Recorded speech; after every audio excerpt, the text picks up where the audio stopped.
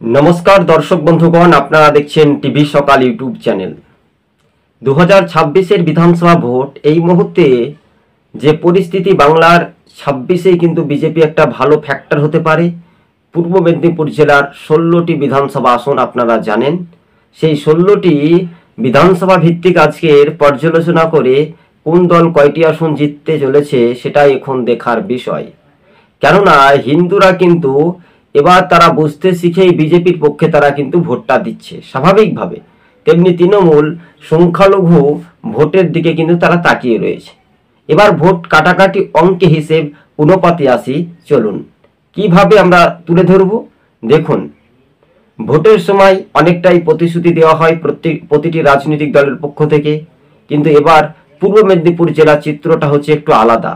কেননা শুভেন্দু অধিকারীর গড় নামে পরিচিত। শুভেন্দু অধিকারী যখন তৃণমূলেও ছিলেন তখন সেটা তৃণমূলের গড় নামে পরিচিত ছিল। এখন তিনি বিজেপির হেভিওয়েট নেতা, বর্তমানে বিরোধী দলের নেতা, তাই বিজেপির পদ্ম ফুলের একটা গতিবেগ বাড়ছে একের পর এক।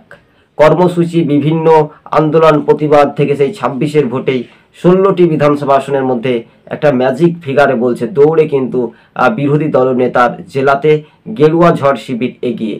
16টি বিধানসভার আসনের মধ্যে খুব জোর হলে একেবারে 14টি আসন জিততে চলেছে শুভেন্দু অধিকারীর দল বিজেপি, এবং খুব জোর হলে সম্ভবত 2টি আসন পেতে পারে তৃণমূল।